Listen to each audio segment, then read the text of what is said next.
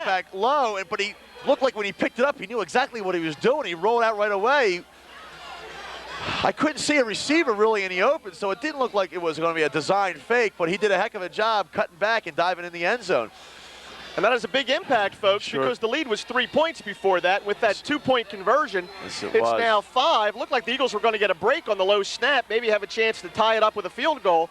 And so now, after fairly dominating this game, the Eagles find themselves trailing 29-24 to the Bensalem Owls. 1:59 to play in this ball game. And Dean, a real key here is going to be where the Eagles wind up after the return. Yeah, Bensalem's got an interesting decision. I don't think they're going to kick it to Swittenberg. They have been squibbing it, and Norristown's been getting good field position, but I'd rather give them decent field position than let Swittenberg try to get in the open field and bust one back for a touchdown. That drive went 8 plays, and that drive went 6 plays, 67 yards for the touchdown, and obviously the biggest one of all, the 31-yard run by sensational tailback Keith Davis. Yeah, obviously he's over the 100-yard mark. He's probably in the 150s as well. The kick goes deep, and look at that kick it right to Troy Swittenberg. Takes it at the 15-yard line. The Eagles set up the blocking. Swittenberg's got room. He goes to the outside. It's going to be pushed out of bounds at about the 43-yard line. Little excitement there as Swittenberg saw some daylight. All right.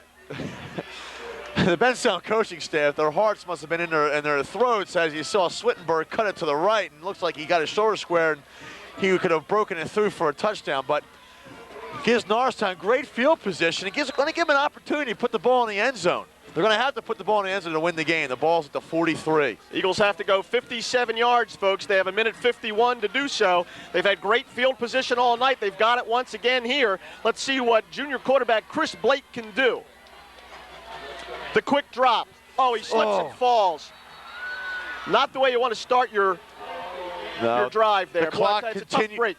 Excuse me, Jeff. The clock continues to run. He slipped, he fall. High school, you're down while your knee hits contact with the ground. You're down. Norristown calls timeout, and I hate to bring this up, but only one remaining. One timeout remaining. We wasted the time at the beginning of the third quarter due to a failure to get our special teams on the field, and Norristown's just got to keep their composure. Still time to score. Yeah, Blake just lost his footing in that middle section of the field that you just spoke about moments ago, Dean. Yeah. I think Coach Grove is going to try to go, again, you get with the first down, you get a stoppage of the clock. I wouldn't be surprised if you send someone over the middle and also send some receivers to some out patterns where they can catch the ball and get out of bounds if they don't get a first down to stop the clock, because they only have one timeout left. Well, I tell you, we've seen some dramatic football in the 2 home games we've had so far this year. That Pennsbury game couldn't have been more dramatic, going right down to the wire, and this one just as well. It'd be nice to see the Eagles come out on the plus side of one of these, though. It just seems as Norristown has led the whole game, has dominated the whole game, and at the very end, just somehow Davis slips through the line and breaks for a 33-yard touchdown run. But let's see if Norristown can stay composed and bring a victory home here. Roger Grove off the field. Chris Blake back over center. Josiah Perry comes wide left. Now look where he's lined up. He might be in the neutral zone. No. They go to Swittenberg. No, the play action. You're going to get a hold here, Jeff. You're going to get a hold here. And I'll tell you, that time they went with the play action. I thought the handoff had gone to Swittenberg. They went to Zitzer down the right sideline. It was deflected. Flag on the play, as Dean said. And boy, I'll tell you, if it's a hold against Norristown, the defensive end was picked up by, I think it was Garvin Stewart. And we're going to get called for a holding here. Is once the officials see his arms draped around the defender, they're going to call a hold. It was right in front of him. It was just at an unfortunate time. Well, the Eagles are making this tough on themselves here. They are. They've played such a good game all night, too. I give the kids a lot of credit. They played an excellent game. They're back to their own 25, Dean. 27 yards. 2nd and 27 just for the first down. The Eagles now have 75 yards to go to try and win this game. Minute 31 to play. And see if they try to roll out Chris Blake somehow and maybe get him to relieve some of the pressure on him, because both times he's dropped back, there's been a little bit of pressure on him. So let's see what happens here. We got a pro set wing right, split backfield. The straight drop, it's got pressure. Oh, he ducks under it, look at that. Outside. Oh, boy. Oh, boy. Chris Blake somehow ducked underneath that, and, boy, he threw a rocket to Troy Swittenberg, and Swittenberg, backpedaling a little bit, just couldn't set to grab that ball. It looked as though Troy was thinking that Blake was going to run the football. Blake had a lot of room, but Swittenberg was wide open, so it looked like he couldn't get his hands set when he was trying to catch the football. His hands got up a little late. And that would have been a big play. Certainly would have been a gainer of about 16, 17 yards, even if Swittenberg had done nothing after the catch. Sure would have. Well, I tell you, Chris Blake really showed you a rifle there. And I think he made the right decision. He did have running room, but he had a runner, he had a receiver 15 yards downfield who was open. Did an excellent job getting away from the pressure. Here they come again. He's got the time. They go up top. Bit of a Hail Mary into double coverage. Josiah Purry. No flags, out of bounds. It's going to come down to the 4th down and 26. Oh. Right there, Josiah Perry gets went down the sideline, and he's 6'3", and Blake just threw it up to see if Josiah can go up and catch it. It was a good idea, but it was just a little to the right into the out-of-bounds situation. So and it was here we good go. coverage. Good coverage that time by the Owls. 1:17 to play. The Eagles trail now 29-24 after leading virtually the entire ball game.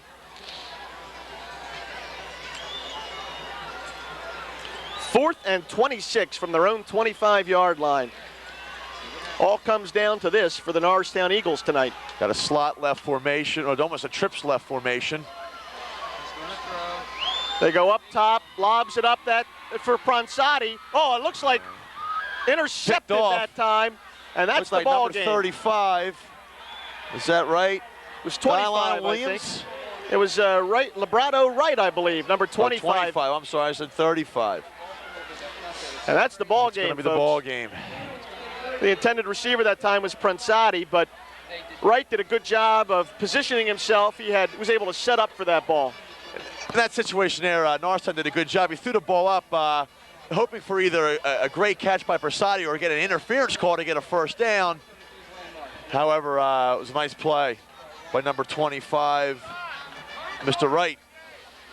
So the Eagles unable to do anything with the ball after that kickoff.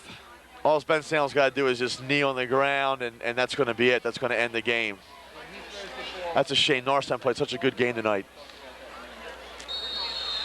Rob Dunner does the quick kneel.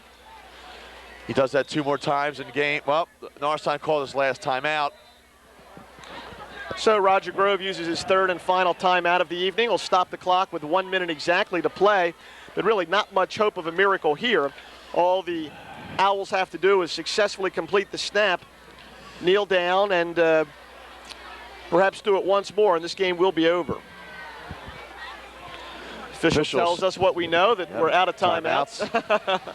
But nice of him to let us know. Anyway. That's correct. Gentlemen, obviously. And the stands begin to empty here at Roosevelt Field. It was a great crowd, an enthusiastic crowd tonight on a beautiful evening. Well, I tell you, Norristown has played some great football. They have just not been able to turn it into a victory. They sure have. I think they came out, coaching staff did a great job with their game plan. Kids worked hard at practice this week, executed a game plan, and just a break here, a break there, and they come home with a victory. However, give Bensalem a lot of credit. They stayed with their game plan and were able to execute, and that 33-yard touchdown by Davis really broke Norristown's back.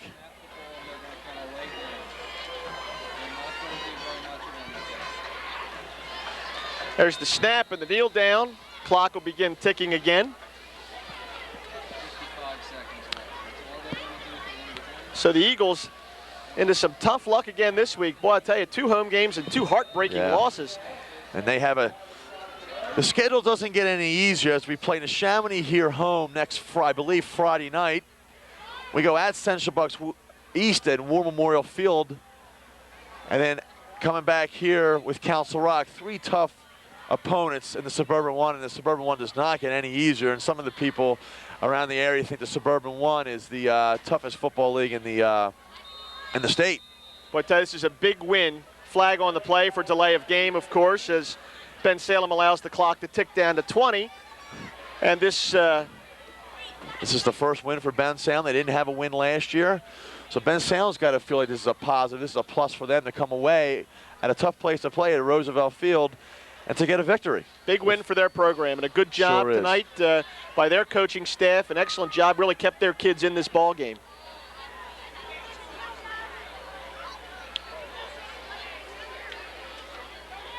The long count, and that'll do it. We've seen that long count a lot tonight. Yes, we have.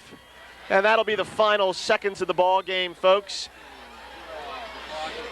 Players will stand and wait for a few more seconds as we're down to 7 remaining. I'll tell you, Jeff, I've really enjoyed myself tonight, having the opportunity to work with you. And what's nice for me is being a teacher at the high school. I let them see no victory, but it's really great to see the kids. I have many of the kids in class and coach many of the kids to see the effort they put forward. I know they're disappointed, but it's great to see the effort they put tonight, and I think they played a great game, and it's like they've seen them come out on top. I agree with you, Dean. It's been a pleasure working with you, and if you folks want to stay tuned for another few moments, Dean and I will be back in just a moment to recap what was quite frankly an exciting ball game.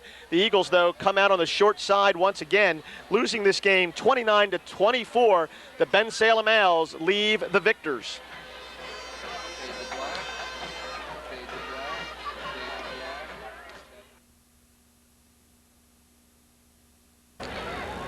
The final score, once again, folks, 29-24. An excruciatingly tough loss for the Norristown Eagles in what was appearing to be a fabulous game for them, and maybe I thought the catalyst for an outstanding season, maybe to turn this season around and bring some real positives out of it. But I know Coach Grove and his team has to be down tonight. Yeah, they're definitely disappointed. They were looking to go 2-2 in the league. Now they're down to 1-3 in the league, and that really is a heartbreaker to them. With late in the third quarter, they're up 24-14. It looks like their offensive line's really blowing people off the football, and that they're going to, maybe run away with the game. And lo and behold, Bensalem hangs tough, scores a touchdown, gets them right back in the game, and Davis makes that big 31-yard run, and they go up by 5, making it 29-24.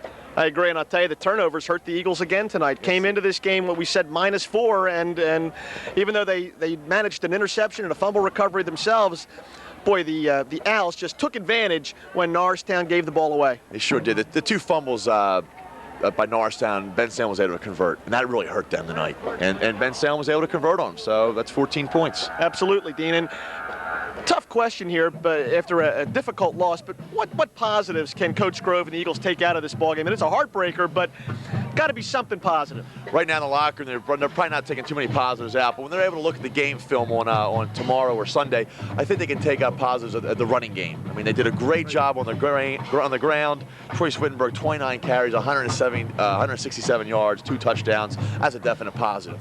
So the offensive line did a nice job tonight, creating holes for Troy Swittenberg and Garvin Stewart doing a good job of breaking those holes open for him as well. Chris Blake at the quarterback position really only threw the ball 1 time in the first half, and that was complete for a touchdown. The second half, he went 1 for 7, struggled a bit as the Eagles tried to come back through the air late in the game. So maybe those statistics aren't very telling, but I tell you, the young man has a great arm. He does. He throws a good ball, a very catchable ball. They didn't really need to use his arm tonight because they controlled the offensive line, the line of scrimmage there, and it's a shame that they lost the way they did. It just didn't seem that they needed to to throw the ball. They just needed to run it, and they got 67 yards from Swittenberg and probably 200 yards on the ground total. However, they come up short tonight.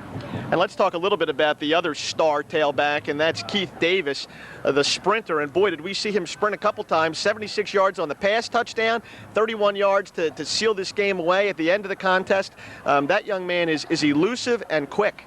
Yes, he hits that hole very quick, and once he gets his shoulder square, he's tough to bring down. And once he gets in that secondary, he's very elusive, so it's tough to bring down. Again, tonight, his stats included 27 carries, 133 yards, and 3 touchdowns, 2 on the ground and 1 in the air. So obviously, he's a big part of their offense. And a big win tonight for Bensalem. I mean, they went winless all of last season, 0-10. The Eagles had beaten them 42-14 last year, or 40-14. And this victory for their program is a huge one. Huge victory. This is the first one they've had in 13 or 14 games in 2 years. Playing on the road in Roosevelt Field, tough place to get a win, and they have to feel very happy in the locker room right now getting that victory. Absolutely. And folks, don't give up on these Eagles. They've got a lot more games to play here, especially games here at Roosevelt Field. We've got 5 more home games. We hope we'll see you out here at beautiful Roosevelt Field. They've got it in great shape this year. There was a big crowd tonight on a beautiful evening.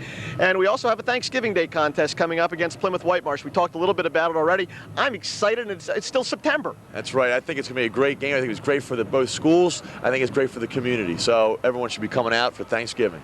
Folks, we again want to thank you for joining us here on the Norristown High Cable Access Channel. Of course, we want to thank the school district who has brought you this game, and Mr. Tony Koya, who directed and produced our show. We also want to thank his able staff. They did their usual stellar job for us. For Dean Barons, I'm Jeff Brandon. Thanks for joining us. We'll see you next time.